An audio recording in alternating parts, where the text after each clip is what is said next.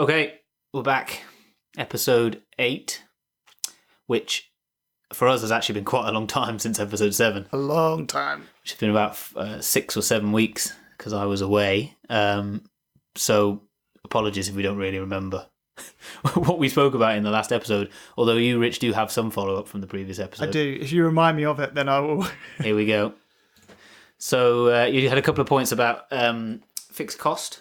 Yeah. So one thing I've noticed when I was, so we were talking about fixed cost possibly many months ago, and I was thinking that when I've fixed cost quoted on projects, sometimes I've got into a situation on the project where I've quoted too low for it, and then I get halfway through and I think this is turning out to be double the amount of work I thought it did, and it's actually more economical to quit than it is to carry on and finish it.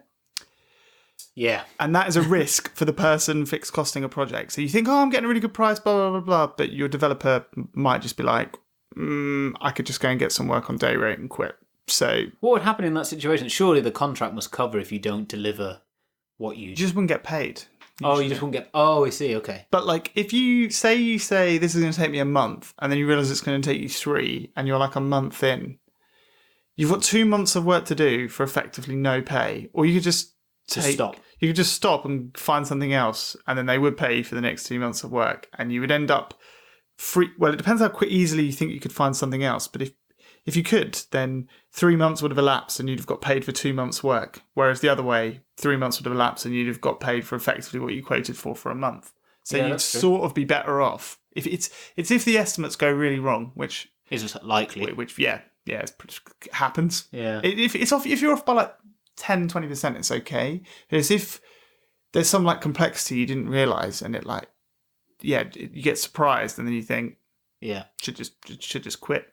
So I've had it happened to me really recently actually on a project that I think I was just a bit eager and I was like, I can definitely do that. And halfway through I was thinking, and in that case I went to talk to the guy and he actually said, okay, I see your point, and he raised the amount of money that they paid us, which made it a bit more worthwhile, but still not really worthwhile.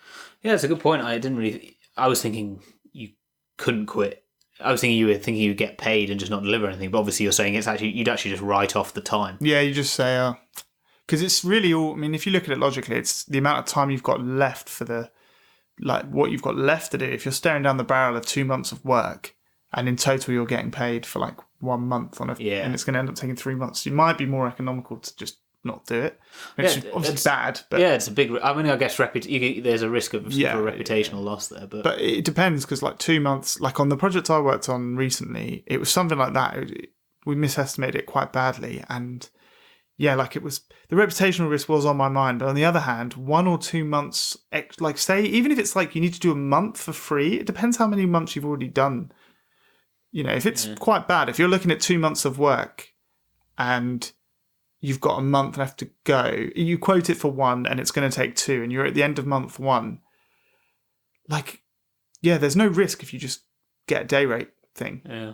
So it's kind of tempting. It'd have to be a pretty unreasonable customer if you went to them legitimately and said, look, we've screwed this up, it's going to be another month's work, and they just said, tough. So the reason that it does sort of sound on the face of it like that might be unreasonable, but the other point that I was going to make was that when people buy fixed cost software, they're thinking about like a list price of it's going to cost me £10,000. And so they may just physically not even have that money, or they might not have it in their budget.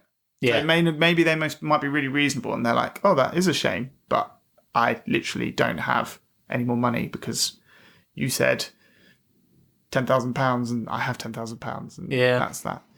But then, I mean, I guess in those, but then it's a question of, are they thinking of it like, well, you can't do it for that much, so I'll go elsewhere, which is an option. Or they go, well, okay, we don't have the money now, but you can invoice us for some more, and we'll pay it when we can. Yeah. I mean, I've never been in that situation. Yeah, that's quite. I mean, we had a problem. We had for my startup, we had originally we were contracting out the website to a company that eventually didn't really deliver. They delivered nothing, basically, or a very, very dodgy website that was terrible.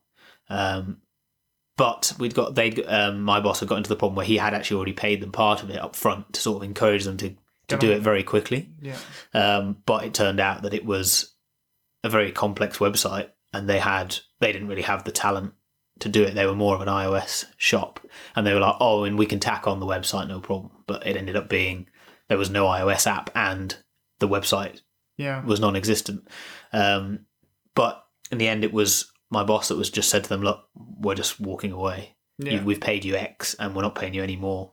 Yeah, I think that's probably... And that was actually, for us, it was by far the best option. If we'd have carried on... Yeah. I wasn't working full-time for it at the time, but if we'd have carried on with them, we would have had a considerably worse product. Yeah. So what we actually did was then find a freelancer, a guy, a bit like yourself, and just said, look, this is what we've inherited. Yeah.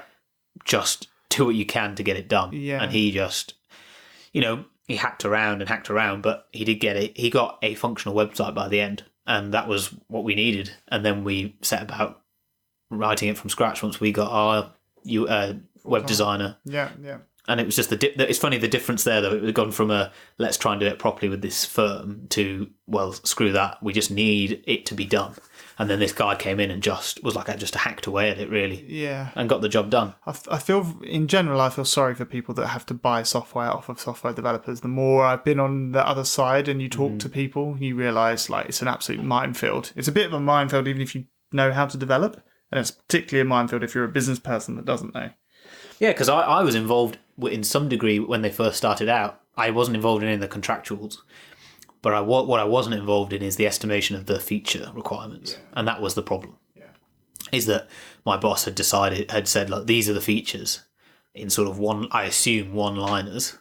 Because that was the other interesting thing about that project is that we had things that could be described quite easily but were functionally very difficult. Yeah. Like, streaming, this was, 4 or 5 years ago, we were talking about we need real-time streaming of a lot of data onto a screen at once. Yeah. And things like WebSockets then were still quite in their infancy. Yeah, it was early days. Yeah, so they were thinking like, all of that stuff, just technical problems we had to solve. Yeah. On top of building quite a big website. Yeah. And that's what undid them in the end. But it was, from being on that side, or not being involved enough, it left a very bad taste in my mouth of those guys. Particularly, I would never work with them again. Yeah, just because I'm like, you guys were jokers. You messed it up. Yeah, it's hard. I've been on both sides, and I don't do fixed costs anymore, really. No, I think you said that in the previous episode, and I completely agree. I think from both sides, fixed cost is a bad idea. Yeah, there are very few, as a customer, there are very few times that you need to do fixed cost, and they must always be at the price of having worse software. I think I think I agree with that. It gives the developers weird incentives that often affect quality. Yeah, because the quicker they do it, the better, right? Yeah, but also, it's just an absolute minefield. I think there maybe are times with certain bits of software, the smaller a project is, the more amenable maybe it is to fixed cost. But yeah, it's just, and I've just got to a point. There's like this weird psychological effect that happens where people want to get a really good price and do their software really cheap, but then they start talking to the wrong people that are probably going to mess it up to do it at those prices and stuff, and it's just like, it's mad. You're kind of better off doing it on a day. I mean, you can't win. Building software, if you're non-technical, like paying for software to be built, custom software is just a living nightmare, and really what you need to go and do is find someone who knows what they're doing and get them to help you do it, even if they're not actually building it themselves, is my position now. So like they would grab someone like you and you would be like, okay, let's like spec out the requirements and get the estimates and blah, blah, blah. Make sure everything seems about right and that they know what they're doing and like keep an eye on the pull requests. The problem is though, even then is, keeping an eye on the pull requests. But the issue is how do you gauge the quality of a company that you're going into, even as a technical person, right? Previous work, maybe, but it could be faked. It's hard. That's hard. Well, that was the thing. These guys had a really big... The company we used had a really big previous. Yeah, I remember they looked good. Yeah, like everything they would do. They did the app for like CMC Markets or something. Yeah, and so that in a one line of that was like, wow. I mean, you've done a good job there. It's a similar. It was a roughly similar product. Yeah. It looked really cool. Won some awards. You're like, oh great, but then they still screwed it up. So it's like it's so hard to get that sense of. Super hard. Yeah, and I guess even if. At least if you've got a technical person on the customer side and you're keeping an eye on pull requests, you could pull it up and be like, this is not good enough. It's not going well. But But even would you be able to say, look, this code isn't up to the standard I'm expecting? Yeah. Can you say that? I don't know if you can. I don't know what would happen. Most customers I've encountered never do that, so I don't know what happens. No. I guess you. Oh, I don't know if they have. That's a bit difficult because they've technically delivered what you've asked them for, and it's really hard to specify the code quality must be good. That's vague as hell. So there's no ways to measure code quality really. No. So apart from things like that's why a day rate would probably make more sense because then you can just send it back, but it's going to cost you more money. So it's tough. It's really hard. Yeah. I guess the perverse problems with the day rate is that they could just take forever to do it. But they could drag it out. Yeah. They don't have a financial incentive to do it quickly. Yeah. So it's really difficult. It all comes down to integrity and trust. It's the only thing I can figure out. But I'm not sure you can trust every contractor out there. No, what I tell people is you need to find somebody who you trust who is technical and either get them to do it or get them to help you find someone else that they either know or trust or can vet. Yeah. Because you basically... It's about who you know, basically. If you're non-technical, the developer can really hold you over a barrel. Like they can just be like, the combobulator wouldn't fit to the whatever. Yeah. But even if you're technical, you can still kind of get mugged off a little bit. So it's pretty tough. It's easy to be mugged off in that situation because unless you're keeping, like you say, a close eye on it, they can just be like, oh, this thing, and you're like, oh yeah, that sounds. Yeah, there's lots of things that sound reasonable. Yeah, I have a list that I just keep to hand, like things that sound reasonable. Yeah. Oh, my Git's corrupt. The API is backwards. You know how it comes out backwards. It's really hard. Yeah, the API is backwards. My token's expired. I don't know. Just like different things, different random excuses. Yeah. Cool. Oh man. So that was your fixed cost bit, and then you just had another point here about the skill sets of. It was more just an observation. I don't want to labour it too long, but basically I realised that in my career I have encountered very few people who are good at defining products. So sometimes they're like a project manager or sometimes they're called a product manager in more Silicon Valley companies, but basically their job is to come up with requirements and that is their specialty. There's a guy called Jason Fried, who is the co-founder of Basecamp, with another guy called DHH, and they're quite famous, and they've released a load of books, and I've listened to him talk a lot. He is good at it. He's like one of the only people I can point to in the world. I can just tell, like he thinks about the product Basecamp and what it should be and what's like good for customers, and like... Does he have any technical background? Because that would help, right? Maybe a little bit, but not a lot. Because the other founder is the Ruby on Rails guy. Okay. So he created Ruby on Rails. So I think he maybe some, but no, I think he's a product guy. Okay. But he is really just a product guy, and like he seems quite good at it, and he also seems to understand what is and isn't possible, which is quite important as well. And then he works with UX people and all that stuff to presumably like get it good. But he's one of the only people I've met, and it is definitely a skill. Yeah. And kind of. Yeah. Underappreciated. It is. I think it's a very valuable skill. Like UX is a very valuable and sometimes underappreciated skill as well. Yeah. But they're both, UX kind of creeps into it. I think UX is probably a good skill set to have to become a very good product manager, actually. Yeah. I think probably the best that I can think of. And coding is also a good one. Yeah, I think we said before, right? I think I definitely said before that it's interesting for Mrs. Jas to see how people's opinion of things change once they can see even if just a mock-up of something that they go, oh no, that's not right and it needs to look this way, and that then impacts a lot of decisions down the chain. But when you're talking about it in the abstract, people are like everything seems fine. It's like, is it cognitive dissonance? Is that the term? It's like everything just like you can convince yourself it's okay. Yeah, it'd be like, we don't need that, and then you see it without it and you're like, well, this just doesn't work. That's really dangerous, that thing. Like it's probably the most dangerous thing for software projects going over time is like people being like, yeah, I'll be all right. And then it's totally not all right, which it never is. But so I think maybe actually thinking about if you were starting a project and you had no technical expertise, the first thing to do would probably be to get a UX designer on board. Yeah. That's what I tell people. Get a UX designer and get a software person you trust. Get the UX designer, like tell the UX designer what you want, get them to come back with like the product you're trying to build, and then run that by a codey person to be like, oh my God, that's impossible, or no, looks fine. And then that's like a pretty good start. Yeah. because then the non-technical founder has at least seen what the thing looks like. They've thought about it from a visual point of view. Yeah. That's a great starting point. Yeah. Because then from a developer as well, you can be like, okay, I can see a login, I can see a view of orders, I can see an order button. Yeah. And then as a developer, I'd be thinking about what's the APIs. Yeah, exactly.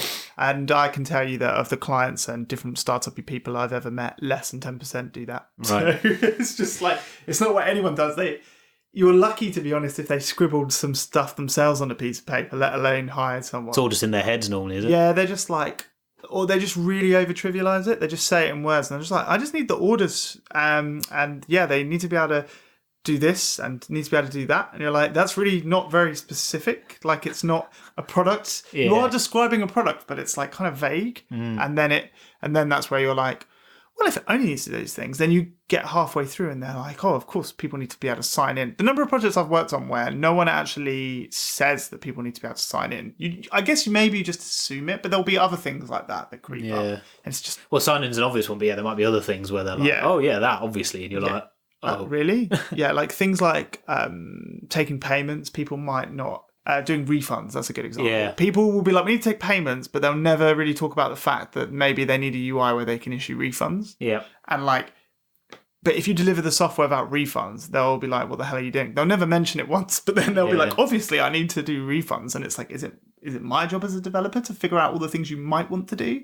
Well, yeah, it's impossible, right? Kind of, but not really. I guess with your experience, then you'd be like, if somebody says card payments, you're then thinking, well, there's a list of 4 or 5 things that actually is what they mean by card payments. You definitely learn for the common things, but then there'll be unique things in every project that they're just... And the funny thing is the business person always... It's completely elementary to them. They're like, well, of course, like whatever thing it is, they're like, oh, yeah, of course I'd want that. They're like, oh, it's just in your mind somewhere, which I think it's common for all It's the problem with requirements, isn't it, really? Yeah, it's difficult to imagine what you want until you see it, I guess. Keep it specific, people. Keep it specific. Yeah. Yeah, I think that's good. That's a good little re-summary of what we spoke about before. My memory's slowly coming back. And there's one more thing that I definitely need to mention, which is that the Linus hamster insult, if anybody does remember that, is actually a Monty Python thing. And you and I were like, it's really weird that he's calling him a hamster. And then one of our avid listeners told me that that's actually a Monty Python joke, which we looked it up, and it is. So thank you. And actually, later on, he has to say that it's a Monty Python. Yeah, he actually clarifies in the rest. Because somebody else doesn't get it in the thread. So obviously, our IQs are not up there with Linus's, or we just don't remember Monty Python that well. I'm pretty sure I've seen that film. I don't recall the joke. No, I don't. So... I can only remember the swallow joke. That's all I've got. Cool. So, it was your topic today. I say your topic, as you've made some notes, so you can actually lead the way on this one, which is permanent versus contracting jobs, I guess, or careers in either. Yeah. So I think this will end up being more about contracting, because I would imagine most people already know more about permanent stuff, because I think almost everybody that does contracting will probably be permanent first. Maybe not in all cases. Maybe self-taught people might do freelancing first. Yep. So I have contracted for a few years. I'm actually losing track. A few years. And before that, I was perm. I think I spent, about 3. And before that, I was perm for about 5 years. Yeah. And you have been perm the entire time. But you have the first-hand experience of both me and Mrs. Jas, who started contracting a year ago. Yeah. So you are not necessarily a stranger to it. And you also do a thing which is very contract-friendly. So yeah, that's true. In the KDB world. KDB space, yeah. Which I've never done, but that's definitely there. It's more of sort of explaining and demystifying contracting. Is that how you would... Is that what you would like to do? We should start off with what it is, and particularly what the difference between contracting and freelancing is. Yes. Which I am not sure. I think the main difference is there isn't really a difference between the two. It's to do with, like, as far as the government in this country are concerned, they're the same thing. It's effectively, you're not permanently employed.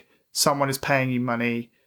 So I guess starting at the beginning, right? Like, so obviously if you're a permanent employee, we're talking about in the UK, PAYE employees, i.e. you go to work, Yeah. the company that you're working at pays you a salary net of any taxes, and they deal with the taxes with the government. You might still have to do a tax return depending on different countries, but it's the simplest form of employment, I guess. You get certain privileges with it. So you'll get, usually in most countries, you'll get sick pay or some element of sick pay. Holiday pay. I'm trying to think what else. Pension contributions in some countries. Yep.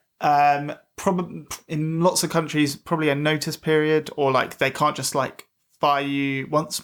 You have some sort of rights in terms of if they decide to get rid of you, they have to give you some money or something before. Yeah. So and then when we're talking about contracting, then it's different. There's a lot. I guess the problem here might be that it varies in different countries a bit, but from us, our point of view, I suppose in fairness, you can do contracting as an individual, not through a company. Yes, which is possible. But contracting doesn't get the sick pay, the holiday pay. Your rights in terms of when they tell you to go, how much they'll pay you are pretty slim. So contracting then it's that you're not being paid an annual salary. You're being paid either on generally a daily rate or an hourly rate, I guess you could say as well. You tend to be contracted for a set amount of time, but it could be as short as a month, I guess, or shorter, up to 12 months, say. Yeah. And you're being paid as gross of any taxes and any expenses or anything. So you're being paid as like a service for the company that you're working for, not as an employee. And in a lot of cases, you need to bring your own equipment. Actually, that's a difference as well. So if you have a perm job, then if you needed a laptop, they would buy you a laptop. But if you're a contractor, you'd kind of be expected to provide your own equipment, but not all equipment, and it's a bit blurry. So it depends. Like I'm sure if you were contracting, I don't know, and you worked on an oil rig, you probably wouldn't be expected to bring your own drill or something. I would imagine. But maybe. It also depends where you contract, right? A lot of places, they'd have their own hardware because they are locking things down or limiting things in certain ways, right? And then how you actually get paid is probably going to vary quite a lot by country, and we probably only really know about the UK, although I think a lot of countries, including the US, are really similar. But you can either be sort of what they call here self-employed, which basically means the money comes directly to you as an individual. Yeah, sole trader, they call it. Sort of sole trader, yeah. And then you have, you can start a company, and there are like different variants of company, but you can start a company and the money goes to your company, and then you can choose whether to pay yourself from that company. Yeah. And I think that'll be the one that we're mainly going to talk about today. Yes. Because... yeah, well, in the UK at least, it's the most tax efficient way of running as a contractor. Yeah, so the company that you set up provides the service to the person you're actually working for. The reason it's most common is because most programmers that are at a point in their career where they can contract will earn enough money that it kind of makes sense to do it, because there are overheads, which we'll talk about. But you're going to need an accountant, and it's more complicated, basically. Yeah. And you need to make enough money for it to be worthwhile, and to pay an accountant so that you don't go to jail. So it's kind of like... yeah. So then that's contracting, and then freelancing is actually the same. It's just, I guess, it's a looser definition as to what you'd say if you were freelancing versus contracting. The main difference between the term freelancing and contracting for me is that freelancing work tends to be shorter term. So it might be by the hour. And if you're freelancing, you might have 2 clients you're working for, or several clients, and you're maybe doing an hour a day on each. But as a programmer, there are freelance programmers. There are other related software things like UX designers or designers, where I think it makes a lot more sense to be a freelancer and work on 3 projects in a day. Whereas coding, for me, the context switching is too hard. The context switching overhead's too bad. And so realistically, most companies want... it's also how long it takes to deliver some software. If we say 2 months of development, that's not that long. If you say 2 months of designing, that's almost an eternity. That's like a lot of designing. So I think it's like, if a company wants some stuff done, 6 months of development time is not that ridiculous, whereas 6 months of designer time. So you tend... and are they going to want someone 50% on it? They probably want it actually to get done. So they probably just want someone 100% on it for a period. So you tend to end up... contracting is more common. But I would also say freelancing might be like someone has a 2 weeks here or 3 weeks there, and you switch it up. So, but they are, in terms of how the government see it in most cases, they are more or less the same, or your accountant sees it, really. Yeah, you're providing a service. It's just a question of what sort of time horizon, and maybe the flexibility with how the split between different customers that you're providing services for, I suppose. Exactly. So the commitment level of contracting is generally a little bit less than perm. And then freelancing is less again to contracting. Yes. Yeah. Basically. Yeah. And so with a perm job, how long do you think someone should sort of... So you don't have to stick out anything, because that would be slavery, I suppose. You can't leave. You can't leave. You can't leave now. But like, how long? What's your sort of thing in your head where if someone takes a job, you're like, they should probably stay for a year, I think. Yeah, and probably a bit longer than that if they want to be. Because I think if you did a year a lot, people might be like, ooh. Yeah. I think a year would be worst case. I've started a job that I don't really like, but I don't want for it to look too bad on my CV. I think any shorter as a permanent, you're going to be like, what happened? And there might be a legitimate reason. You might have joined a company, they completely missold you the role, and you're like, what the hell am I doing here? In which case you'd leave after your probation probably. Yeah, the thing I hear a lot of people say is that one block like that's okay, but if you see someone who's serially like 1 year or something, they have 3 1 years, and every time they're like, oh, there was something wrong with the company. You'd be like, is it you? Or yeah, so I think you're kind of expected. I would say a year and a half is pretty safe to 2 years. It's pretty safe, and then no one's really going to ask any questions at that point. So whereas with a contract, I mean, freelancing is even shorter, but a contract can last probably usually 3 months. Is around the shortest I see, like in the UK. 6 months is quite common, and sometimes a year. You don't tend to see much longer than that. I would say 6 months is pretty, or 3 months is... 6 months is probably the most common, actually, that I see. So yeah, you're kind of... So that's a lot less, and you can walk away at the end of that 6 months, no hard feelings. You can actually walk away sooner than that, but maybe they'll be annoyed with you and your reputation. Yeah, that was actually something we didn't say at the definitions, is that, of course, if you're a permanent employee not on a probation period, you tend to have a notice period of probably a minimum of a month, at least in our industry. Yeah. Or sometimes industry. 3 if it's something. Yeah, mine's currently 3 months. Yeah, I've had a 3 before as well. And, the more senior you are, the longer it can be. There's 12 months and 6 months. Yeah, if you work on something with like a lot of IP involved. Yeah, particularly sensitive if you just took it somewhere else. Yeah. With contracting, you tend to have notice periods, but they tend to be either a week or 2 weeks, I think. Well, I think my last one was a week. Yeah. I think they were often a week. And normally they're 2 ways, so they can get rid of you in a week, and you can say, I'm leaving in a week. Yeah. It's the same as a perm contract, right? That's the notice period, works both ways. Symmetrical, yeah. And I suppose, but again, it's like, on the commitment side, you're saying, well, if I generally on a perm run, you'll have a probation period where they'll decide whether they want to keep you, and during that time, it might be quite short. Mm-hmm. So that's where you've got to really decide whether it's something you want to do. Because if you stay longer than probation, then we're saying, then you should probably be there for a year and a half. Yeah, a year and a half.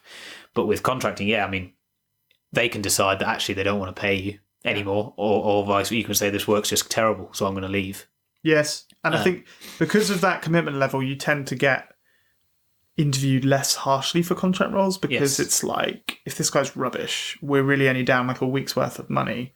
So, which I think it also tends to be an area which is more dominated by more experienced people. But it can freelancing that is not necessarily true. But for contracts, I think it's true. It tends to be someone who has at least 3 years or at least 2 years in a perm job. Well, generally, if you're looking for a contractor, you need somebody quickly who has the experience to get something done. Again, either relatively quickly or can provide enough experience that you can get going quickly. Right? Yeah, that's true. And they're looking for a specialised set of skills. Yeah. So if they're like, well, we need to build a website. We need a website expert. You don't want somebody coming in being like, well, I've only done it for 6 months. Yeah. It might take me a while to get up to speed. You want somebody who can say, I do this all the time. Give me 2 weeks and we'll have something really basic up and running that will get you going. Yeah. Then they can be like, right, we're going to turf this off to some permanent guys we've hired or whatever. That's definitely true. I think there are exceptions to that, but in general, that's what companies tend to use it for. Like in my case, I'll be like, we need someone who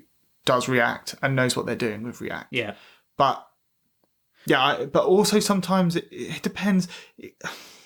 Sometimes there can be more general purpose. So I learned React whilst doing a contract. I clearly didn't know React, but I wasn't hired specifically to do React. I was hired to work on projects as a generalist. So that was a case which wasn't like that. But They knew what they were getting into more there. They weren't after one specific skill, I guess. Yeah, so I worked for two types of sort of consultancy businesses where they would, for want of a better word, rent out people at a quite a high rate.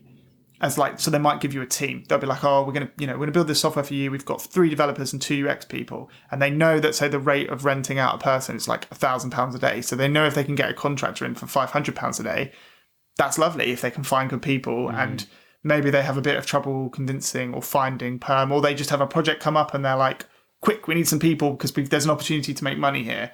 And so they're not necessarily looking for specific skills in that case, but a lot of times it is. And something like what you do, people contract in a lot, I'd imagine, because also it's a specific skill. Specific skill. You may not need someone full time doing it, maybe. Yeah, I mean, the other thing I was going to say about contracting, particularly in big companies like the investment banks I worked in, not the one you worked in specifically, but the reason that contractors exist as well is because there's a legal difference in the way they appear on the company's balance sheets. Right? Oh, really? So what you can find is they'll be like, right, HR of this big bank will be like, well, we can't hire any more permanent employees. And you go, okay, fine, but we need 5 people to do this new project. And they'll go, you can't hire them. So the way you get around that is by hiring contractors to basically do what permanent people would do. The reason is because they don't appear as full-time, they don't appear as employees, and they don't have to pay any of the benefits. So contractors in a lot of cases for those, generally contractors that you're paying to do basically a full-time job. Yeah. Will tend to be cheaper for the company as well because they count as an expense rather than an employee. Yeah. So it's tax deductible for them, and they don't have to pay any of the benefits. Yeah. So that is the benefits thing was a thing that is quite a big deal for a company, really. So you're not paying like a pension for a person, and all the other hidden costs that come with hiring someone are not there. Yeah. But then as a result of that, you tend to pay more than you would. So if you were to hire a perm person at, like, we keep the numbers round, if you're going to hire a perm developer in San Francisco for like $100,000, you might pay a contractor like $150 or something a year. Yeah, by the time you'd worked it out, in terms of what the company's like outgoings are. But then there'll be lots of hidden costs with the permanent one, like you've got to pay their pension and you've got to like do all these other things. I think paying a permanent employee like the employee saying, I have a salary of $100,000 a year, it'd be interesting, again, very country specific depending on the requirements, but it'd be interesting to see what the total cost to the company is, because it's obviously more than 100,000, because 100,000 is just salary. It would be, like you say, all those other benefits as well. Yeah. And also that they count as an employee. So then you're like, well, we've got 50,000 employees rather than 40,000 last year. And HR tend to like not increasing that too much, I guess. Yeah.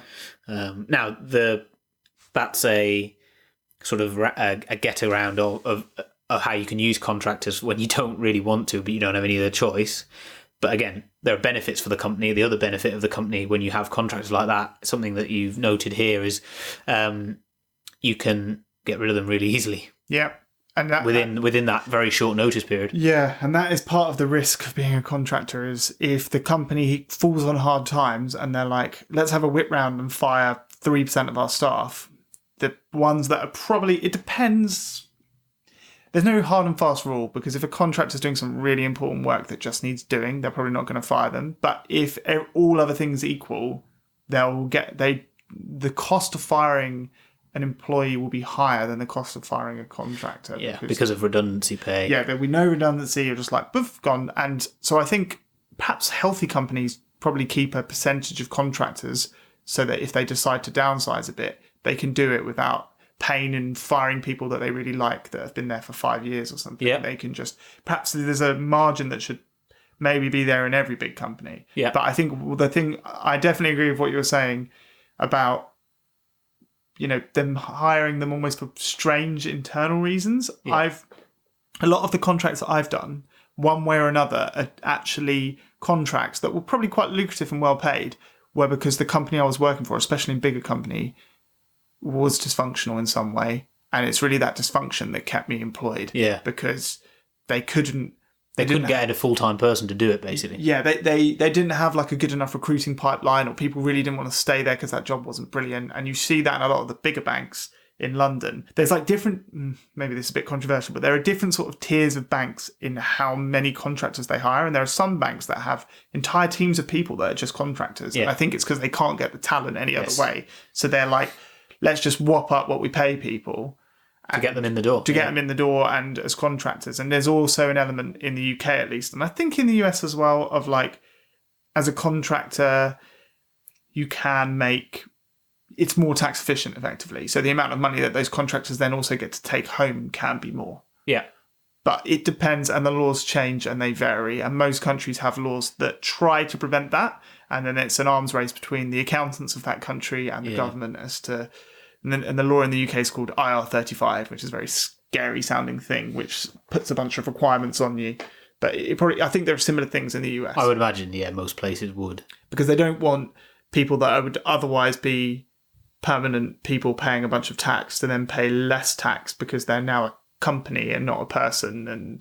And when really they're just doing the same job. But in London, a lot of that does really go on, if I'm honest. From what I hear. It does. It's a massive thing. They've tried to clamp down on it multiple times over multiple years, and they've said a lot of things. But it still goes on. It still goes on. Definitely. And there are different things that can help because it's really difficult for any government, because you don't presumably want to stifle real companies from starting, and, because they provide jobs and they're like good for the economy. But how do you tell the difference between a legit company and a bloke, coding KDB or whatever he's doing or she's doing, and sort of... Well, unless you audit every single company individually every year, which obviously the tax organisation in the UK aren't going to do. It's only if you're unlucky do you get selected. So they have a bunch of, in the UK, and I think a lot of other countries, they have like sort of a checklist, and it's not that any one of them will say that you are or are not a company, but if you fall foul of all of them, then they'd say, look, you're really not a company. So it's things like, do you bring your own equipment? Do you work on site, and how much? So if you work remotely, that's really good in terms of like, well, hang on, you're not actually there. So you feel more like a company than a person. Yeah. And there's a bunch of other ones that are kind of similar. Those are the big two I can think of, but there's a whole bunch of different... Multi-year, like contracts being renewed year after year is the biggest joke, actually. Yeah. We were talking about this with some guys at my work today, but if you're contracting, that's all well and good, but having a contract that you do for 12 months and then they just renew it and you end up being there for sort of 4 or 5 years, that's a joke. Yeah. That's an obvious way to just be like, you can't do that. Yeah. And also if you're a permanent employee working for a company and then you switch to contracting with a company, that's a bit of a red flag for them, because they're like, hang on a minute, are you really a company? Because you were just but you're right, like sticking around at the same place for a long time. It's like, how can you be a contractor and be there for 5 years? That doesn't make any sense, right? And another thing that would work in your favour for being a company is if you service multiple clients simultaneously. So freelancers are much, much less likely to fall foul of those rules, because they might have 2 or 3 clients on the books. Yeah.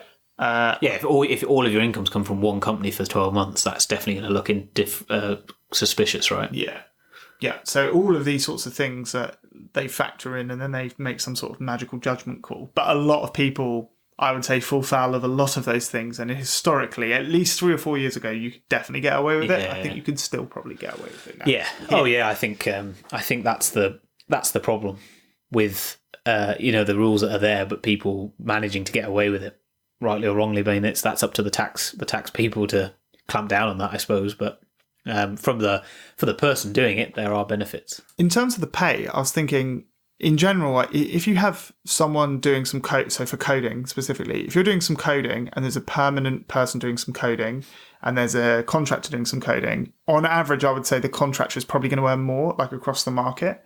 However, if you were to make the blanket statements, people who contract earn more money, I think that's not necessarily correct, because probably the people in this industry that get paid the absolute most are probably mainly permanent employees, because they tend to be management and stuff like that. Yeah. And there's a certain, you're kind of like a tool for hire. So if you're still physically typing code into a keyboard, then you'll probably get a contract position. But I think there must be contract project managers, but they seem to be, in my experience, they're less common. Yeah. Because I guess you have management consultants as well, right? But they charge silly money because it's some weird. Who knows what? Yeah. I don't even understand how that works though. But yeah. I think it's a difficult one because I think it's easy to think that as a contractor you will earn more money. You could safely say that the company that you set up will earn more money than you would earn as a permanent employee, but you seeing that as your own money is different, I think. That's because the thing is, like, if you set up one of these companies, you then have two sets of money. You have the money that the company has, and then you have money as if you're, that's yours post tax, whatever tax you're paying. Yeah. And I think it's a simplistic argument to say that you would definitely earn more as a contractor, personally. Yes. But you definitely see a lot more of the money because you get it gross into the company account, Yeah. So that's the thing. You kind of see more because it's more tax efficient as well, even going to personal. So if it's a little bit, it depends on the absolute amounts, because the more money you earn, the less important things like accountancy and other overhead fees become. Yes. But if you ignore that, if two people earn £100,000, like one of them is a individual working PAYE and one of them goes into a company, if the company's to get it to the individual, it's probably more tax efficient through the company, so they should see more of that money, I suppose. But it's calculating that is non-trivial in the really UK. Hard. It's hard, yeah. It's really hard. There's no like, oh, you just say it's like 20%. It's banded, and to be fair, as is the permanent employee in most countries, you have tax bands. It's complicated. There's no online calculator though. There is for permanent employees because it's so common. Yeah. But for companies, the rules change every year and stuff. And also there's many different ways you can do it as well. That's what makes it tricky. Yeah, there's not like... I guess there's probably in practice... You'd have to speak to an accountant, really, to like figure it out. But in general, it is better. And when I went contracting, I had a pretty mega spreadsheet trying to figure out what the ramifications were. And it is a bit better, coupled with the fact that you'll probably get paid a bit more anyway. But I think there's definitely a trade-off in that the maximum you could ever earn as a contractor is kind of capped for most things. How would you say capped? As in, there's the amount you can earn a day max. Yeah. There's a very definite max. You can tell when you go out into the market that like there's a max you can earn. Whereas if you stay perm, the types of jobs that open up to you, like being a CTO. A CTO could earn quite a lot of money in the right company that probably a contractor could never earn, and a CTO would never be is unlikely to be a contractor job. Yeah. So like, there's sort of in a big organisation, in a big sort of money can be paid. It's not going to be a contractor, is it? Yeah, exactly. So it's kind of, in terms of career progression, it's kind of a bit tricky in that. Yeah, you're not. Well, yeah, I guess that's an interesting point, and with contracting, and I guess as well with the size of the organisation you're working in, is career progression generally, right? Like, as a contractor, there is no career progression. You're getting just either better or... the best case is that you're just getting better at the technology you're using. Yes. As a permanent employee, I would say what's interesting about career progression is if you're in a large organisation, say, I don't know, greater than 1,000 people or maybe more, where they've got a legitimate HR department, they're then going to put a lot of focus on career progression to encourage people to stay in that organisation. Yeah. Right? But you can be a permanent employee in a very small company like the one I work in now, where there is no such thing as career progression. Yeah. But you're doing basically you're doing your job you were hired to do, which is a developer or whatever. And you're not going to have to worry about every year doing all of the stuff that comes around. Yeah. Is involved with career progression-y stuff. Yeah. No 360 reviews. Yeah. And that's actually quite nice, regardless of whether you're permanent or contract in that situation, but not having to worry about that whole stuff and just getting on with what you're doing. Yeah. Is a nice... That might be a personal preference, I guess, but I'm in the same boat as you, where all that stuff is like, if I can get out of it, that's a bonus. Either way. Yeah. But yeah, you're right. There's definitely... Career progression in contract roles is... Certainly you're going to have no one looking out for you, really. It depends, though, because the thing that has surprised me is a couple of the roles I've done, I thought it would feel really different going into it. And when I speak to a lot of people that are thinking about going contracting, they're kind of like, oh, they're going to treat you like rubbish and you're going to get the worst work and, it's going to be really boring. And actually, if a company, that's not been my experience and it's not been a lot of the other people I've spoken to's experience, because if a company pays top dollar for a bunch of contractors to come in, they tend to have like quite an urgent need, thing requirement. Done. Yeah. So then you tend to be on a project which like they care about and they want you to get it done, so they'll give you what you need to get it done, hopefully. So it tends to be not that different. Yeah, where I've worked, having had contractors in the team, you tend, I mean, personally anyway, that was how I would deal with it, but you would never treat them necessarily differently. You'd expect them all, you're sort of all in it together. Yeah. In the investment bank, we were a big team of, there was maybe 10 of us in the UK. We had multiple teams across the world, but there was at least one, there might have been 2 contractors in our team, but I worked quite closely with one of them. But you never sat there going, well, he's a contractor, so he'll do this. I mean, he was more senior than me at the time anyway, like he was a lot more experienced. But you didn't sit there going, well, he's a contractor, so if I don't want to do this because I'm a permanent employee, I won't. That was never, it was never a thing. I think it would be, I imagine that I can definitely imagine places where that could happen. It wouldn't, if somebody told me a story like that where they were like, oh, I was a contractor, so I just got jobs, I could completely appreciate that happening.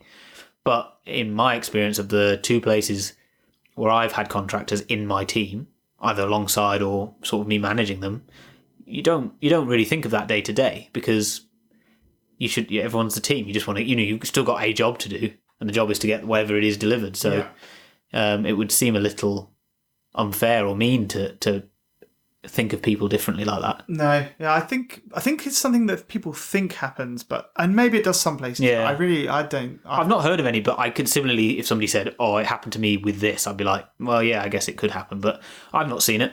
There is a difference between the way you're treated and the way you think about the job, but that difference is smaller than most people might think. How do you mean, sorry? So one way that I feel it's different for me is in my permanent jobs, you're like part of it depends on the permanent job, but the kind of idea of maybe I don't know if it's ideal for everybody, but one way you can do a permanent job is to be like, I'm part of this team in this company and I want to help them succeed at all costs. And so like, I care about their 2 or 3 year time horizon and then making, this project successful. Whereas a contractor, you're like, well, I'm here for like 6 months. Like maybe I'll be here after, if it gets renewed after 6 months, maybe I won't. And so if something's not quite going right, some people will stay late, but a lot of contractors are out the door at like 5, 6. They work, they're paid to do a job. It's a much more transparent trade of time for money. Then permanent is also a trade for time for money, but it kind of gets mixed in a lot of jobs with sort of loyalty and kind of outcomes. And contractors are not exempt from that, but you've just got this. I think it's the leaving a contract to go to another contract. In a contract, if say you're taking 6-month contracts, you're never more than 6 months away from the contract ending, which in development terms is not that long. So if it really starts, getting you down and you really don't like it, you're like probably 5 or 4 months away from being able to leave, which means you can just leave. Yeah. And you could probably think, well, I'm just, going to just go home because this isn't working. Or hopefully it's like a really good project. And I have seen contractors work really hard in one of my jobs, actually. Yeah. They were all working over 12 hours days to try and get a project done, and they didn't get paid any more for it because we were on a day rate. So I've seen it go both ways, but I think in general, it's a bit more, it's a transparent trade, which I actually really like about it. It's like, I'm giving you my time is now worth a certain amount of money, and I'm swapping my time and you're giving me the money. But there's also an element, because the job's so fluid, and if this goes wrong, that I could go elsewhere and do it somewhere else, because the market is quite liquid and the skills are quite sought after. So there's that tends to keep things in check, because they don't really want to go out and find someone else. So they're probably going to... I think as well, I think part of that time for money calculation is down to the culture of the company, and also down to the individual. Like, I think you're right that in a lot of places sort of just magically expect you to work longer hours because something's going on. But as an employee, you're well within your rights to just go home at a normal time. And I've only learned that relatively recently. Some with people my current do job. tend to be older people. It has to be said, actually. You go in as a young gun in your early 20s and tend to work like 12 hours. Well, sometimes people work a lot of hours. Yeah, I definitely worked more hours when I was younger than I do now. But that's more because maybe it's more that I'm not caring as much. Similarly to the way you're saying about contracting, you don't need to worry as much about the higher goal. And maybe that as you get older, you've seen enough things go A right and B wrong to say, look, whatever work I do, it's going to go one way or the other. And assuming I don't just completely take the mick and don't do anything, if I spend my 8, 9, 10 hours a day sat there trying to achieve that without rocking the boat too much, it should be successful. Yeah. The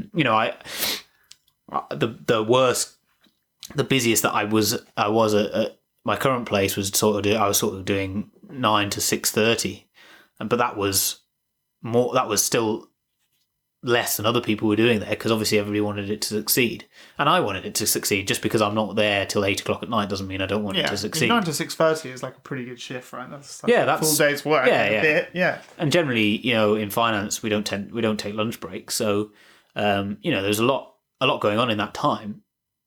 But similarly, if they'd have asked me to work longer, I would have said no. Yeah.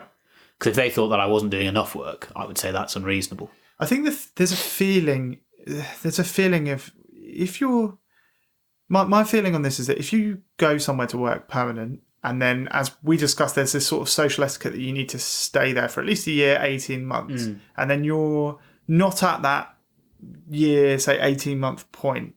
I feel like in some ways the company has some leverage there. Like, they're basically, if they said, we really want you to work later, you're like, well, I'm only like 6 months into this job. I couldn't just and if you say no, then they could be like, well, that could be like a bit of a black mark on your... Yeah, sure. And I think as well, for me, there's an element with permanent jobs. I mean, some people do like to hop around, but you can't hop around at a frequency greater than a year to a year and a half. So then you're kind of like, the mentality really for me is like, you should probably try and stay there and build a career. But then to stay there and build a career, people can ask you to do stuff you don't want to do, and then you might have to say yes. So then it's like... But then again, it's that thing you're saying again about building a career. I think you're assuming that the permanent place, the place you're working as a permanent employee, is a big enough place that there is such a thing. There's a career, yeah. That's where it gets really tricky, is if you work for a smaller company, like you say, and it's like there is limited career progression. Like if you're a KDB guy or girl in a company of 50, you're probably the only KDB person. Well, that's exactly what I am. Yeah, and it's like, where are you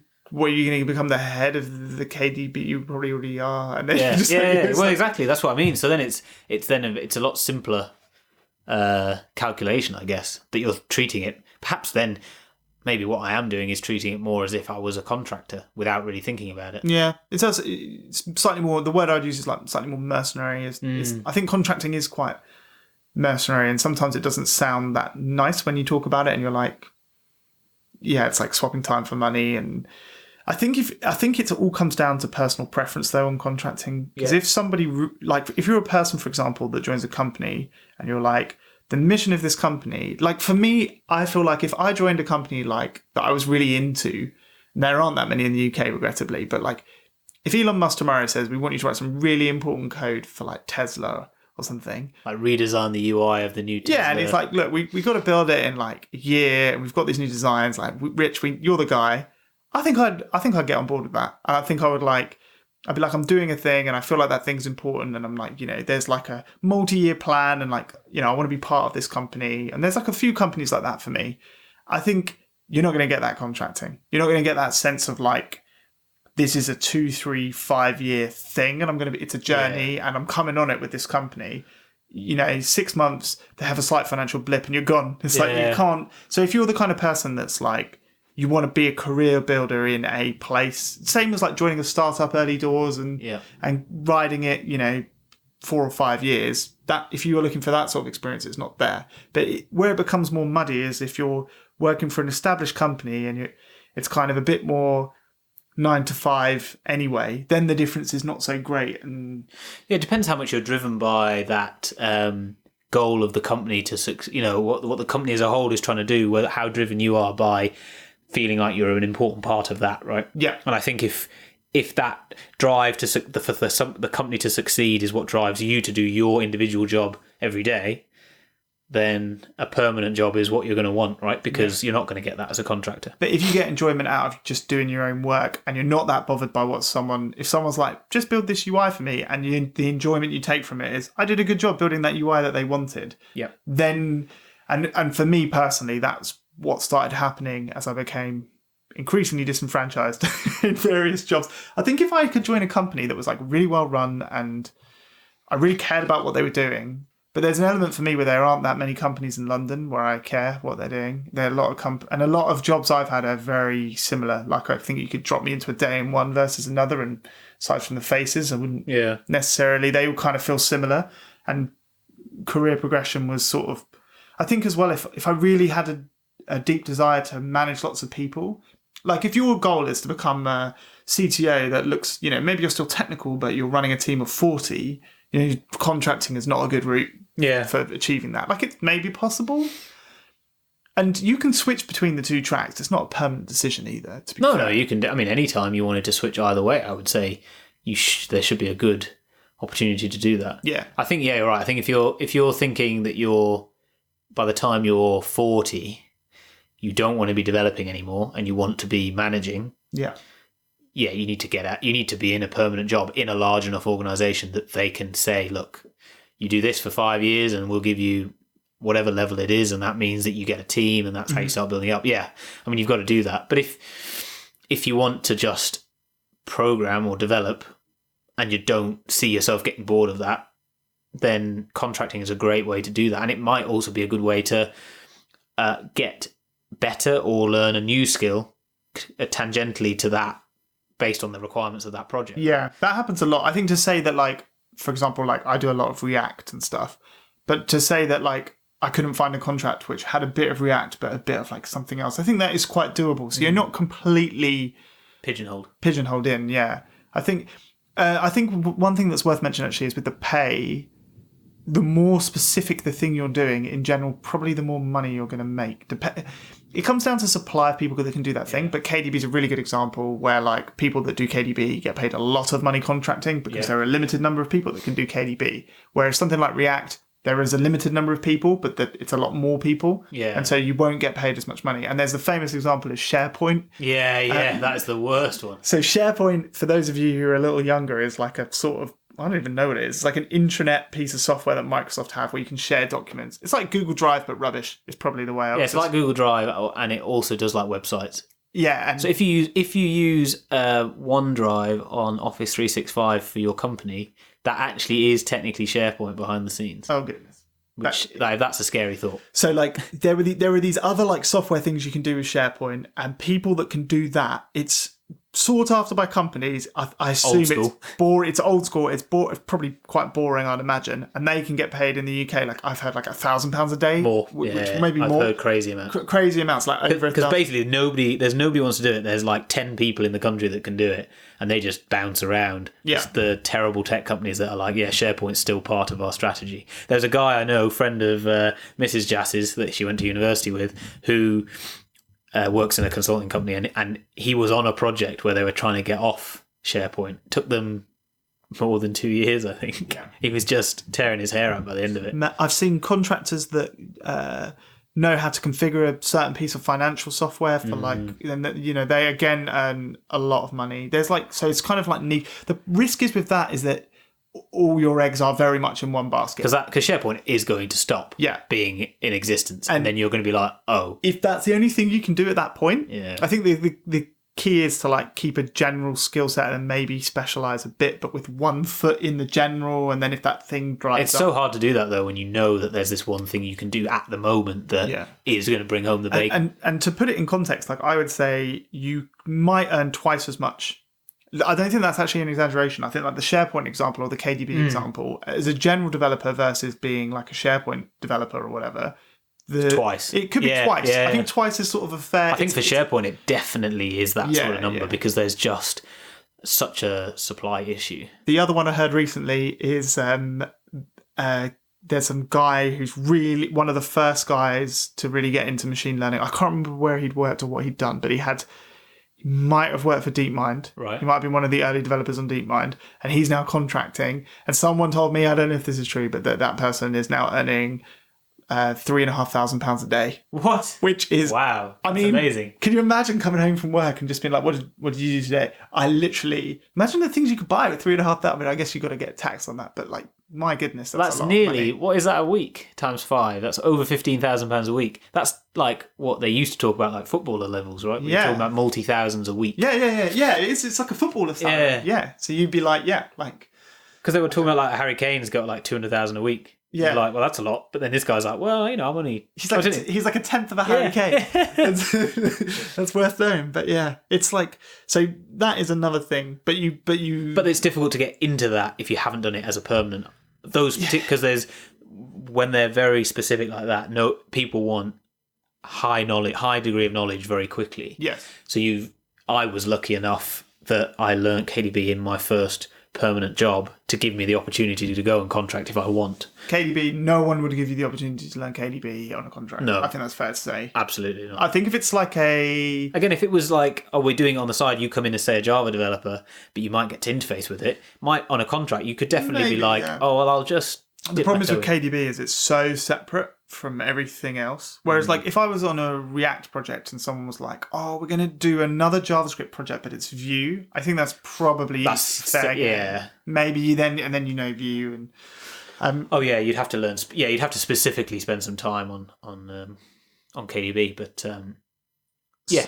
So another good thing about contracting is that you can spread when you pay your tax, which I'll explain what that means. So you get paid, let's say you're getting... Assuming this is the same in other countries, but yeah. Yeah, in the UK it's the case, but I think it will be true in any country where you use a company to be paid. So you register a company, so like whatever you decide to call your company, some funny name, and then you get paid into that company, and then you get to choose when that company then pays you as an individual. Yes. And that means that, like a good example I like to give people, if there's some like really great developer in Silicon Valley and they're earning like $200,000 a year and they work, there's 2 years and the first year they earn $200,000 and in the second year they take a year off to go surfing. Yeah. Then they will earn $200,000 in the first year and the government is presumably going to give them a lot of tax on that because they earn a lot of money in that year. And then the second year they will pay no tax because they didn't earn any money. Yeah. If you did that as a company, you would earn $200,000 into your company. Yeah. You can choose to pay yourself $50,000, and then in the second year, you would pay. I think you would pay some tax on that, but as an individual, you wouldn't pay that much tax. The company would pay quite a lot of tax still, but you as an individual wouldn't pay any. And then in the second year, you could pay yourself another 50. Yeah. So or even if it was like 100, you could pay yourself 100 in the first year and 100 in the second, but you're less likely to hit higher tax brackets. So you can basically decide as an individual when to pay tax, and that can be quite powerful if you want to take a break. Yep. Or if you want to use that time to try and do something else, like work on your own side projects or start a company or do a thing. It's quite a nice way of earning money and having it in a place where you can then defer paying the tax until you're ready. So that's one of the main reasons I did it, actually, because I wanted to do other things. And I realised that saving up to take some time off to work on a startup, for example, as a PAYE employee in the UK, you could earn a bunch of money, but then you would get taxed, and then you would leave that money for the rainy day. Yeah. Whereas in a company, you just leave it in the company and you just let it build up. And the other benefit there then is that year that you're in your example, the year you're not working, i.e., no money's coming into the company isn't going to pay any tax. Yeah. So the tax is already all paid for, and so to some degree. So that's pretty great, and and Indeed was part of your recent holiday. Yes. Mrs. Jas is a contractor. And so I took 4 weeks unpaid from my permanent job, but she still got paid normally from her money she'd saved up. For money in the company, yeah. So she's got, and you end up, she ends up with enough of a buffer that she can probably not work for 2 or 3 months and it'll be okay. Yeah. Which is nice, and that's definitely a benefit. If you like traveling or, like you say, want to just take a few months off to do something completely different, the only real way to do that is to contract. It's a because it just gives you a lot more flexibility. Yeah, it's way more flexible. I've heard stories of people that are like have like really solid skills that are really sought after, and they do 6 months on, 6 months off. Yeah. So they just like work for 6 months, earn a bunch of money, then they pay themselves for the next 6 months. Yep. What you just said reminded me of a thing, which is, one reason why they might not want to contract is there's a few scary things, especially when you start. Yep. One of those things is like you start and then you get a contract and then you get fired in like the first month. You wouldn't get any. I mean, I guess it's kind of the same as a probation period, but like you don't get any severance or anything because you have no rights. Or if you got really sick, if you just like imagine if you started a contract and then you were diagnosed with cancer and like after like that would like not be an ideal situation. Whereas as a permanent employee, they can fire you for having cancer. It would buy you a bit more time. Yeah. And I do think that is like a valid concern. But I guess, can you not get like income protection against that? You can, yeah. I mean, I don't have it, but I guess you No, can. I don't. You can, yeah, and it does tend to be quite. I think it's quite expensive. But one thing that I think is, for me, I feel is that when you start, there are those risks. But if you are sensible and you start contracting and then you leave a big buffer of money in your company, you've got the buffer. Yeah, those sorts of problems go away after like a year or two because you're like, oh, there's a bunch of money sat there. So if tomorrow they like kick me off my contract and I can't find another one, I've got the money in the bank. It's not a big deal. But those arguments don't. In some ways, the first 6 months to a year are the most risky time for doing it. Yeah, because you just don't have that buffer yet. Yeah, you want to get. I think if you're going to start out, you definitely want to start out somewhere stable, i.e., one, whether it's a big organisation or somewhere that they're going to be. They want you for the full time. They're not just saying 12 months and then after a month they go. Yeah. Assuming you're not terrible at what you do, but as well, the other thing I would say is if you can is you want to get paid as frequently as they will allow. So, for example, I would say if you're a contractor, getting paid weekly is a nice thing to have rather than monthly. How come? Just because when you're starting out, right, you have nothing. So the general problem when you're starting a new job as a permanent employee is you get paid the last time as a permanent employee in your old job, then it's at least a month. Yeah. And maybe then another 2 weeks, depending on, it can be up to 6 or 8 weeks before you get your first paycheck, right? And then as a contractor, you've started up this company which has zero money in it, and you'll have some expenses to get set up. So either you have to pay in from your own savings into the company to get it going, or if after a week they're going to pay you weekly, then you're getting that money rolling in the same way. Yeah, it's just like getting going. One of the problems with starting a company is that you need to pay for stuff and you don't have any money in the company. That's almost what I mean. Yeah, everybody that starts a company must have this problem. It's like, which is why getting paid quickly is when you start. Yeah, it's helpful. Yeah, the first few months are a bit strange. You can put personal money in, and then get it back later, like tax free in the UK at least. But the other thing with starting a company is the admin and the scariness of, I guess, being liable for a company. In most countries, you're not personally liable for debts, but you are liable for its behaviour. Yeah, you've got to kind of like make sure you file your taxes, which are now more complicated. You're basically going to definitely need an accountant. Quickly. And it makes your personal tax situation more complicated. Yes. If you're just a PAYE employee, it's easy. Not doing a tax return for personal reasons, then going into being a director of a company you own is you have to do a tax return for yourself as well as an accountant doing the tax return for your company. Yeah, and so you either have to pay your accountant to also do your tax return, or you can do it yourself. Yeah, which is what I would definitely do. Is just get like an accountant that will just do everything, and then I think the difficulty there then is like. Or a potential difficulty there is for somebody starting out, listening to this and going, I'll give it a go, is knowing a good accountant.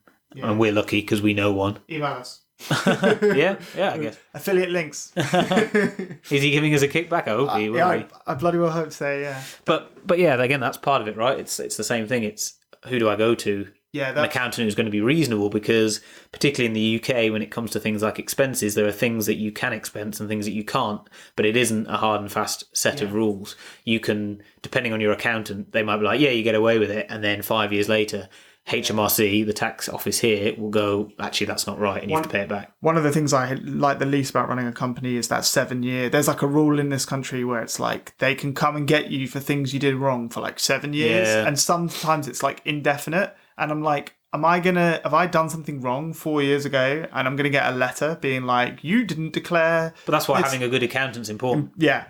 you are still ultimately responsible for everything, but someone whose brand is about like sorting this stuff out has like done it for you.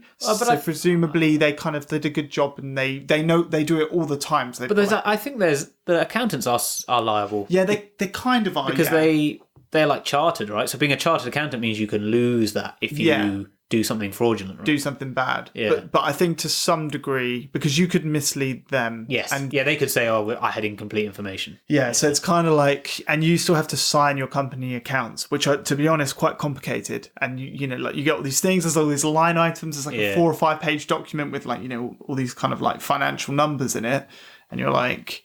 And the tax system in most countries is relatively complicated. So then you're like, the good news is that people have built pretty good software with things like Xero and other things like that basically all the accountants are really doing as well is entering everything into that. And then it says, you owe this much. And here's the report that the government needs. So it's not, the thing I would say to encourage people to not be too afraid of it is the thing I realized, especially from talking to my accountant, is that many of the companies that he deals with are companies like bakeries or builders and other things who do not understand the rocket science of building code and things like that. They're just like normal people that run their businesses and they manage it. So if they manage it and you understand, for loops and things, you'll probably be fine. Yeah. That's kind of the way I think about it. It's I guess you've got to trust that you offload that to somebody that, again, somebody hopefully good enough that's going to look after you. And that basically what that comes down to is money. So you're going to give up X amount of your earnings, like some thousands of pounds of dollars, to pay someone else to basically do your accounts so that you don't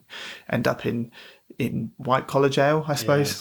Yeah. White collar crime. Yeah. It's difficult. I think a lot of the time when we're talking about, get this person to do X or Y, well, 2 examples we've said in this podcast, this episode is, the solution is know somebody that you trust to do those things, which is really hard, right? Because for people who haven't done it or don't happen to know somebody who's an accountant like we do, it's like, where the hell do you even start with that? And I don't have an answer to that, unfortunately. But if you know someone, they can at least give you that knows about this stuff. You can maybe get a recommendation. I think a recommendation. Accountants have a lot of leeway over a lot of things, and there is quite a lot of leeway even for a simple, what they would call an IT services firm, of what you do and don't expense. We didn't even talk about expenses. You mentioned it earlier. Yes. That if you have a company in most countries, when you buy things like a laptop, you don't buy them out your own pocket. The company buys them. Yes. And you may save some tax. In the UK, you probably will save some tax, and probably in America as well. Yeah, so expenses for a company are applied before taxation. So tax is applied on earnings minus expenses. Yes, yeah. So buying things like laptops, home broadband, if you work at home, if you need an office. But again, so this is, but the thing is with the expenses is where it gets complicated, because not everything. You can't take you push it as much as you can, but there are things that they won't allow you. Lunchtime sandwich? Not question mark. Lunch generally is not on the cards unless public transport depends where you're going and why. Yeah, so that's an iffy one. If you drive, you have to start doing things like tracking the miles that you're doing in the car for work and not for work. It's just, so it can get complicated, but similarly, you could just do it really simply and be like, look, as an IT company, I'm going to set it up, I'm going to earn whatever it is a day, and the only thing I'm going to buy is the laptop I need to do my job. Yeah. That's the simplest. Yeah. And then over time, and hopefully your accountant doesn't charge you an arm and a leg to do what the equivalent is. If it's simpler, you're going to pay less. So, if you did that, if you started traveling a lot, is a good example, where it's completely legitimate. Like I know a person and they travel for business, and of course, like their clients are across the world, so they need to take flights. But the number of line items on their bank statements for their business are increasing, because it's like, I stayed here in a Premier Inn and then I took a flight here. Yeah. So they'll end up with like 20 or 30 things a week that they're putting on correctly. But when they come to do the accounts, it's like 20 times more complicated than someone that's like, I bought a laptop and a desk. And I pay for Google Mail or something. Yeah, and I've got a recurring subscription for this. Yeah. And it's like those things, then it tends to be a bit simpler. And I worked with a guy who'd contracted for like 10 years. And he said to me, if something's like just not worth it, like I could technically expense this coffee. You have to think about how much money might I save from the tax versus what's the hassle for declaring? If they question it as well. Yeah, and then you could get audited, and now you've got 4 times much more stuff. So for me, if it's worth less than 20 quid, depends what it is. But like if it's a one-off thing, and it's like, sometimes I need to buy like a USB cable, and I just forget, and I'm like, I'm not going to bother. It's not worth it. It's just like pennies. So that is quite a big advantage though, potentially. Yeah, depending, there are definitely other industries where being able to expense the things that you need to do your job, I can imagine is quite important. It's handy. Like you get, if you work from home, you get a room of your house, which can be, so they in the UK they divide up your house. They'll say like a quarter of your house is for your work or something. It's really arbitrary. Yeah. They don't exactly get a floor plan or anything, but they say, there's 3-room house and one of them's for you, so it's a third. And you're like, that makes sense. And then they deduct some tax of a third of your rent, which I think is probably quite significant. So there's some, and if you need co-working space, or if you want to buy something, or if you want, it's like monitors, and it's a decent perk, but it's not. But you can take it as far as you want to take it, and how far your accountant will let you take it. Yeah.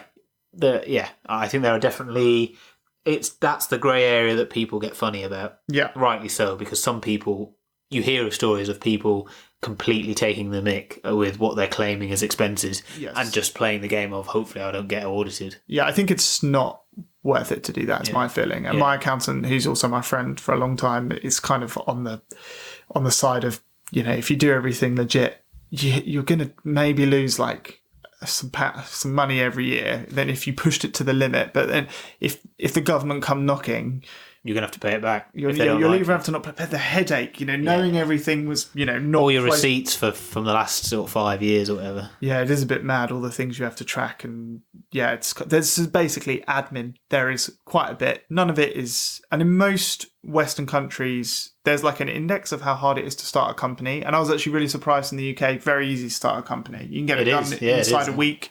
It's like 100 quid or something, and it's like, pick a name, bish bash bosh, off you go. And it's pretty straightforward. It's the tax, which is the accounting bit, which is tricky, because you have to file corporate accounts every year, and they're considerably more complex than your personal account, from what I've seen. Yeah. In terms of what I pay my accountants, the bulk of it is for that bit. It's like, you have to file it. Yeah. The other thing, I guess, to be aware of if you're in the UK is VAT or services tax, but again, that's pretty much you don't really see much of that, right? No, you tend to you as an IT provider have to charge that, and then you just have to pay the government that VAT at the end of each quarter. Yeah, it is a bit. I think they should just try and simplify it as much as they can, because it is, in this country at least, I don't even think we've got one of the worst systems. Actually, the American system sounds more complicated from what I've seen, but it's still quite complicated, unfortunately. And there's a lot of arbitrary rules and arbitrary percentages, and a good accountant will just know them all randomly. Hopefully he can give you a breakdown. Yeah, that's the trick, isn't it? And it's kind of a bit tricky. But it can be a good option, but it depends. I think it depends on the type of person you are. So I guess what you were trying to get at is that contracting isn't as scary as perhaps it might seem. Yeah. I think that's fair. It's not. And I don't think it is, yeah. No, it's definitely not. I think knowing a good accountant that you trust makes it a lot less scary. Which is going to be difficult for some people, I don't know how you fix that problem. But if you know, if you're an IT... let's not call ourselves IT professionals either. I'm sorry. it's because the reason I'm saying that is because accountancy see us as IT services. Yeah, we're IT services to them, not programmers. But I don't know. Then I started saying IT. Oh God, sorry, listeners. But if you know someone who already is a contractor, then you can ask them, do they like their accountant? Or that's the best way. When I went contracting, I was one of the first people I knew to go, which made it actually a little bit more scary. Mm. And my accountant is a like personal friend of mine, and I don't think I'd have done it if I didn't know him. Yeah, it was actually that. But now I know a few people that have done it, and I think actually I would just have spoken to them, and it would have probably been okay. But it's understandably daunting. Like, it's this whole world that people don't know, but lots of people do it. Obviously, there are plenty of companies in almost every country, and it's fine. Yeah. So it's kind of, then it just comes, if you're over that hurdle, then it's a question of, is it the right thing for you personally? And that kind of comes down to the sort of job you want to have and whether you want to like be a career person or.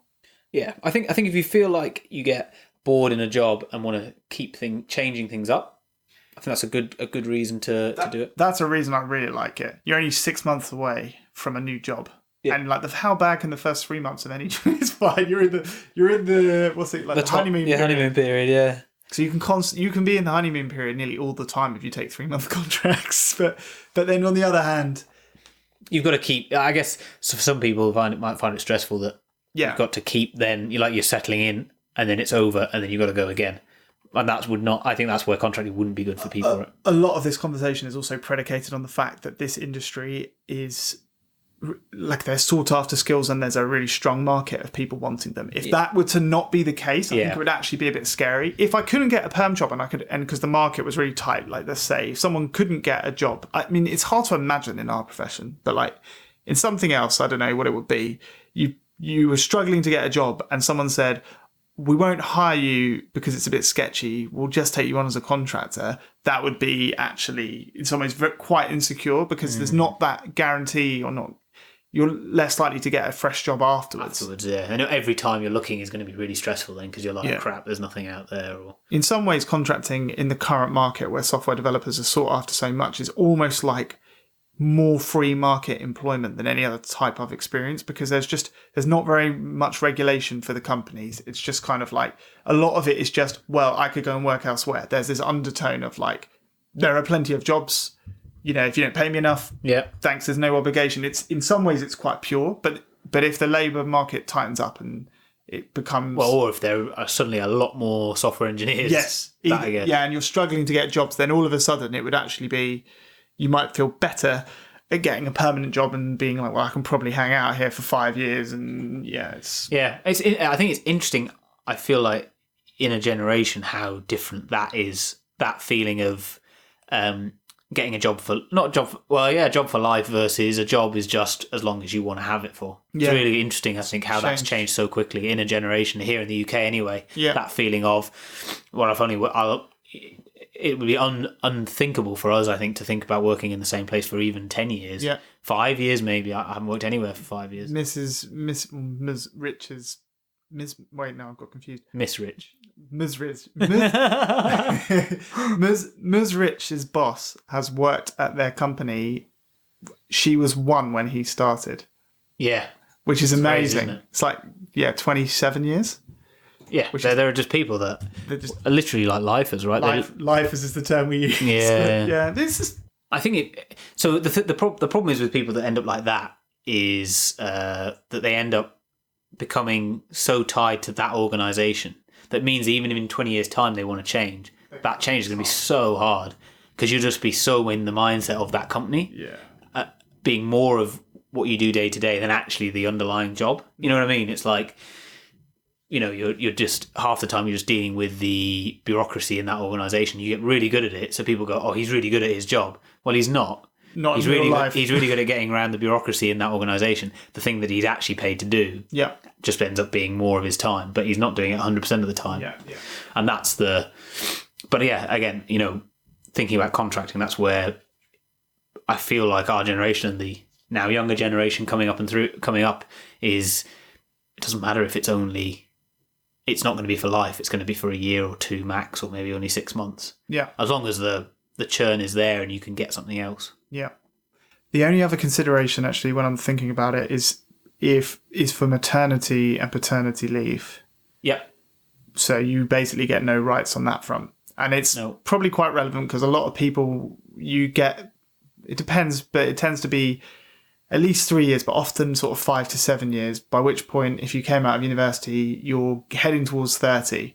So if you were thinking of having kids, perhaps you might think about staying in a permanent job because you'll get... Well, then again, if you can contract for 2 or 3 years, then you can do the thing like you were saying, right? Like, you can take a year out and you can take a year off for maternity, but you can still pay yourself, which you won't necessarily get the entire time you're on maternity. Yeah, remote work and the market for developers is so strong that remote work and partial working from home contracting is also... the default is still come on site, but fully remote. Partial on site seems to be actually relatively rare. Right. But fully remote. The US's labour market is so ridiculous for developers. There's just not enough. Silicon Valley is paying $200,000 or $300,000 for developers. So having a developer in another country or somewhere else in the US for half of that or 2/3 of that is good value for them. Yeah. And like they're not there, but they save themselves $100,000, $150,000. So that is like, I know, and I have quite a few friends who work remotely and earn a little bit less, but quite good money. So that's also an option, and then that's quite flexible. Yeah, the flexibility there is great. It's good, but I think unless do you have anything else? I think we've covered it quite nicely. I think it does sound scary. I think there's definitely a set of people that it would be suitable for, that you feel, not feeling like you're stuck in a dead end development job really, or even a one with a career progression. You might just want to say, I don't want to go into management. Yeah. I don't want to be put in the position where I am managing, and that's completely acceptable. And you can say, I just want to focus on development, in which case you either go find a smaller company, or you can just say, I'll go contracting anywhere and I can just do what I want to do, go home, chill out, not spend my evenings worrying about, the 10 people I've got working under me or whatever. You just I just walk away, and it's a lot less stressful. It can be less stressful in general because if your colleague's an idiot, you're like, well, there's only going to be an idiot, or she is only going to be an idiot for 4 more months. if they're too much of an idiot. And you can often, a lot of the politics that go on, you're not involved privy with. Yeah, you're just kind of out of the way. So there are, but I think for some people it's perhaps prohibitively scary as well. I think I've tried to make the case for that, but I think there'll still be people that listening that think, gosh, no, I don't think I could. And that's completely understandable, because it is a little bit daunting at first. Once you started, you look back and you think, but I created a lot of spreadsheets, so I was definitely like unnecessary spreadsheets that I sometimes stumble across where, it's like 4 sheets and a projection of what I would earn over, it's mad, but obviously at that time I was like, what is this? Whereas now I'm like, oh, it's a different thing after a year or two, and you kind of realise the realities of how it works. But yeah, cool. Yeah, very good. All right, we'll see you next time. X0.